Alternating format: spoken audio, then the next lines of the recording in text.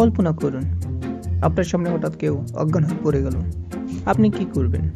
চুপচাপ দাঁড়িয়ে থাকবেন, নাকি একজন সুপার হিরোর মতো তার জীবন বাঁচানোর চেষ্টা করবেন?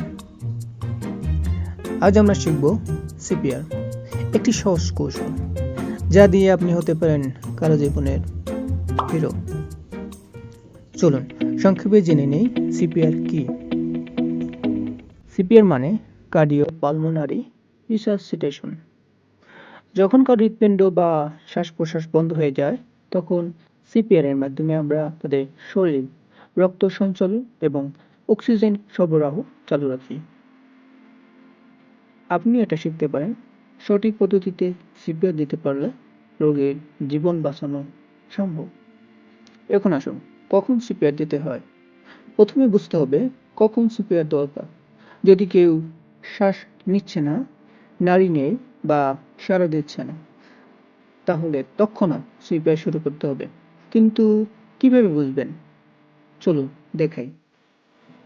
চেক করুন, তাকে ডাকেন, এই আপনি ঠিক আছেন? কাঁধে আলতো ঝাঁকি দেন।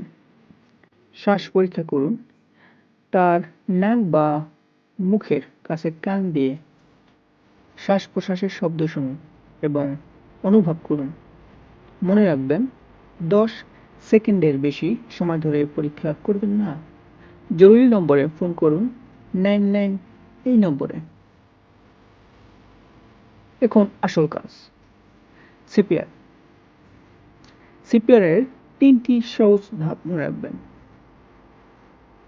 বুকে চাপ, 2 হাতের তালু পেটটির উপর রাখুন। বুকের মাঝখানে চাপের গভীরতা ও হার 100 থেকে 120 বার চাপ দিতে হবে।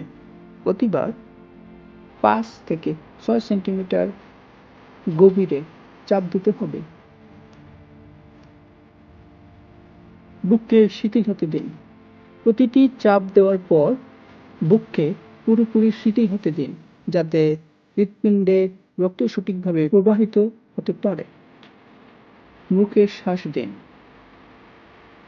মুখ টেনে শ্বাসের পথ খুলুন। মুখে মুখ লাগিয়ে 2 বার শ্বাস দিন। 30টি বুকের চাপের পর 2টি কৃত্রিম শ্বাস দিন।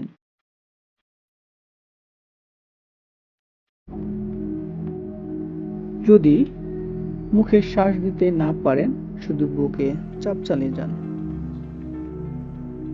যতক্ষণ না অ্যাম্বুলেন্স না আসে বা ব্যক্তি সাড়া না দেয়, ততক্ষণ পর্যন্ত এই পদ্ধতিগুলো চালিয়ে যান। কিছু সুপার টিপস মনে রাখুন।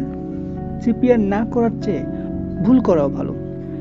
শিশুদের ক্ষেত্রে হালকা চাপ দিন, শুধু 2 আঙ্গুল বা 1 হাত ব্যবহার করুন। এইডি থাকলে তা ব্যবহার করুন। এটা একটা মেশিন, আপনাকে গাইড করবে এবং সবথেকে বড় কথা, প্রশিক্ষণ নেন। স্থানীয় হাসপাতাল বা রেড ক্রিসেন্ট সিপিআর কোর্সে যোগ দিয়ে।